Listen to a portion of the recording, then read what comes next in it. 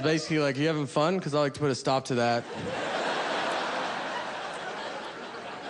And make you stare at this guy the rest of the day. So I'm like staring at him, and then I look at my wife, and she's staring at him, and I feel like she's staring at him to see what her life would be like if she didn't marry me. So I started staring at him because I was like, I'm gonna see what my life would be like if I didn't marry her, you know?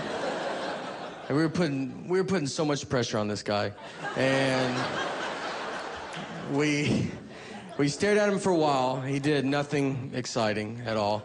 And, you know, we looked back at each other and just realized, you know what, we don't have a boat. That's the only difference. My friends were like, you should have went and tried to fight him. Why didn't you go fight him? And I was like, well, I would have had to swim over to that fight. So I don't know how intimidating that is for a guy to see a head in a life jacket floating his way. And then I gotta get in the boat, you know? Like, have you ever tried to climb into a boat from water? It's not aggressive. It takes an hour if no one is in the boat. Like, if he's in there, I'm never gonna get in. I would need his help. I'd be like, could you help me into this boat? I can't tell you why, but I really need in this boat. Me and my wife fight a lot, like normal, you know, like normal fighting. It's easy to fight when you're married, I think. Marriage and prison are the two easiest places to start to fight. Everybody's really tense and on edge. You know, no one remembers why they got there. My wife will get mad, like, when I hang out with my buddies. She's always like, oh, you always have so much fun with your friends. You always laugh with them a lot. You know, you never laugh that much with me. It's like, yeah, I hang out with professional comedians.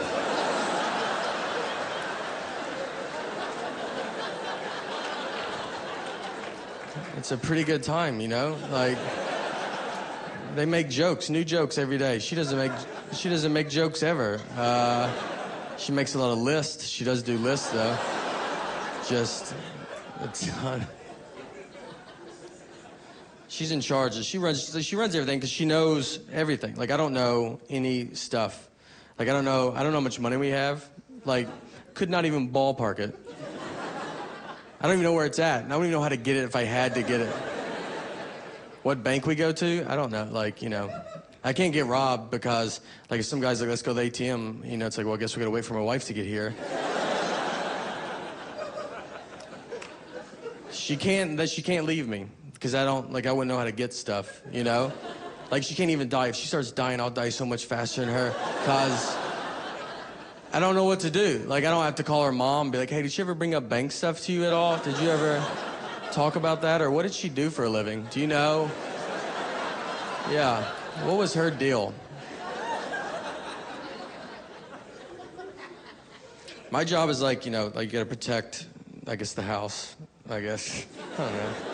If someone comes in, I don't have a gun to protect us. I have a pocket knife. That's what I have next to the bed. Like, that could do nothing. I could hope to aggravate him at best, you know? Like, I'd cut him, he would just rip my shirt, and he would kill both of us. That's best case scenario with the pocket. I don't know how to use this knife in the middle of the day, much less I'm gonna wake up out of a dead sleep and have some kind of knife skill I've never had before. So what we do is we sleep strategically in our bed to, like, prepare for an attack. You know? Like, I'm here, like, she's here. She's, like, closest to the door, but it's, you know, she doesn't even know there's a strategy. So it just... So the plan is like, the guy's gonna come in, right? And she's gonna lunge at him. She'll lunge. She'll probably be like, oh, I felt like I got pushed. And I'm like, well, you don't know what lunging means.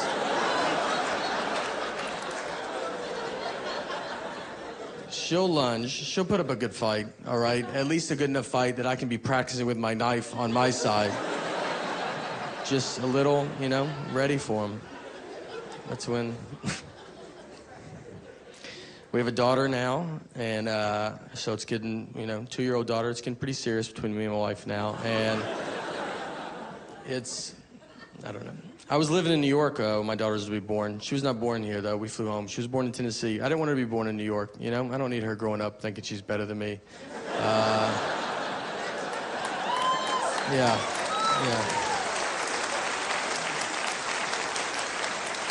I was like, you start where we start, all right? No one gets a leg up in this family.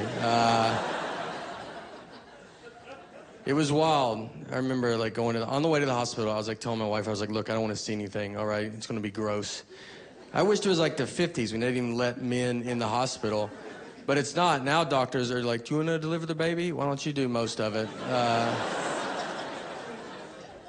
They just pull the baby out and they're like, here, cut the umbilical cord. They just told you to do it real fast. I didn't take a class. They just act like I'm the guy that cuts umbilical cords at the hospital. I almost cut the wrong part. Like, I don't know what it is. And they're like, that's not right. I was like, well, why don't you do it? You did go to doctor school for this. Why am I doing minor surgery right now? I mean, is it cheaper? If it's not cheaper, I don't want to do it, all right? And then they just hand you your baby, and they're like, all right, I'll see it. Like, doctors are so unimpressed with birth.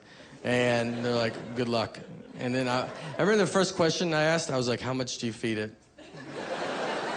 It sounded like I was buying a hamster at a pet store, where do they figure it out on their own? Or the big message they tell you, they're like, all right, whatever you do, let's just try not to shake this baby. That's the #1 goal. And they tell it to you almost like, obviously, you're going to want to shake the baby. But it would be just so awesome if you just did not shake this baby. And then I watched a video of a guy, and he was like, here's what I do when I feel like I want to shake my baby. Like, he was like, I take walks, you know? I walk about 70 miles a day. I walk a lot. I've barely seen this baby.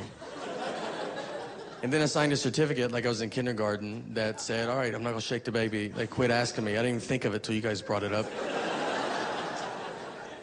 I've never heard the word shake so much in my entire life. Like, that's all we talked about for 3 days. And the first night we got her home, I remember she was like crying for like 6 hours, and you're like delirious and confused.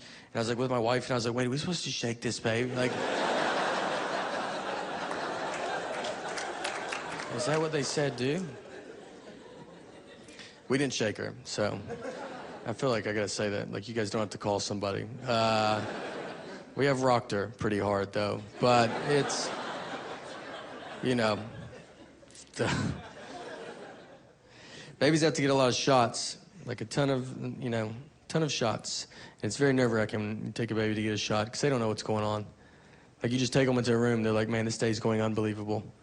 You know? What could go wrong? I don't think anything could go wrong. And you have no way of telling them, like, it's about to all go wrong. You can't even imagine how wrong it's about to get. So she gets the shot, and we go to console her, ready for her to cry. She does not cry. She was just fine with the shot. Like, everything was okay. And I'm like, my wife was like, you know, like sitting there, she's like, wow, this is a sign of like bravery. It shows that she's going to be a powerful woman one day.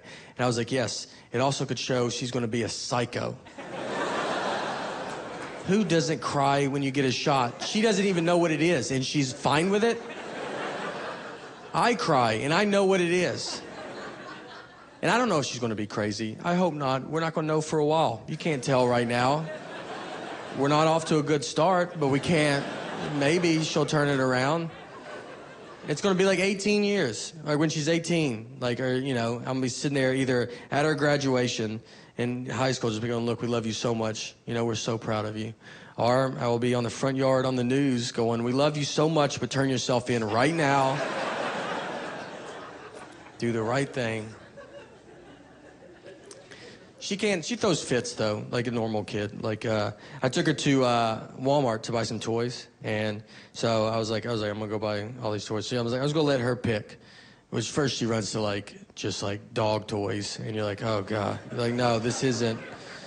I got to, like, grab her and be like, people are looking. You're like, she's joking around. And you're like, I don't, you know. You have a dog? We don't, but we might get one. Okay. So I get her, you know, back to the human toys. And I'm like, go ahead, just pick whatever you want. So what she grabs is this little popper. It's like, I don't know if you remember, like from a kid, it's like you push it, it's got a globe on it, it pops like little balls. It hasn't changed, by the way, since you were a kid. Like that thing, the guy made it like 100 years ago and was like, no changes. No suggestion box, nothing. He goes, this is it, and we're going to do it forever like this. So she's grabbed it. She's pulling it all over the store. So I was like, all right, I got to get that. But I don't want that one. You know, she's already used it.